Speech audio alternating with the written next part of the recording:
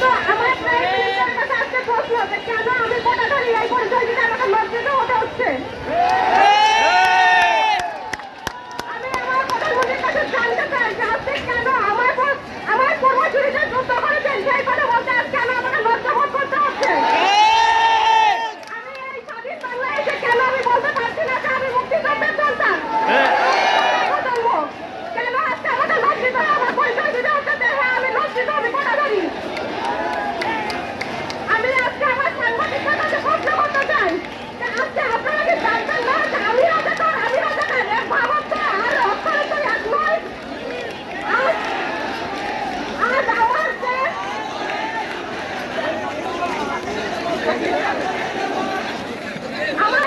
কলকাতার মাছ দাদা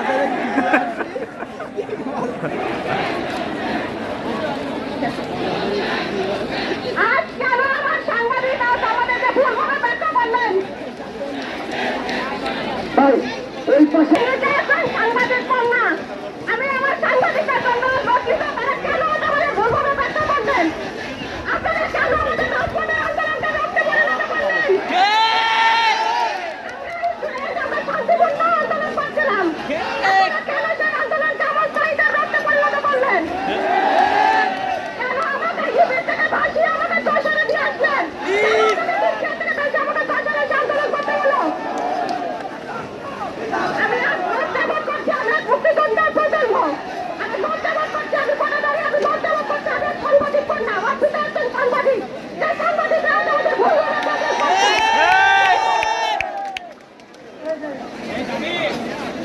বন্ধুগণ, এই মাইকের কি আর একটু জোর আছে?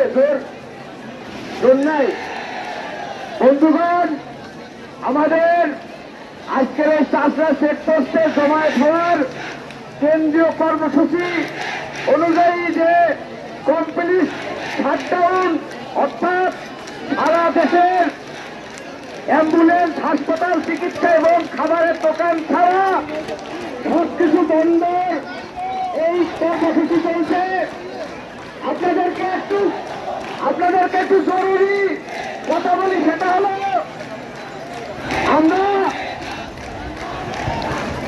ধন্যবাদ। এই মাইকে জোর না থাকলে তো কোনো কিছু বলা যাবে না। আমরা দেখছি স্টেশনে, হ্যালো বন্ধুগণ,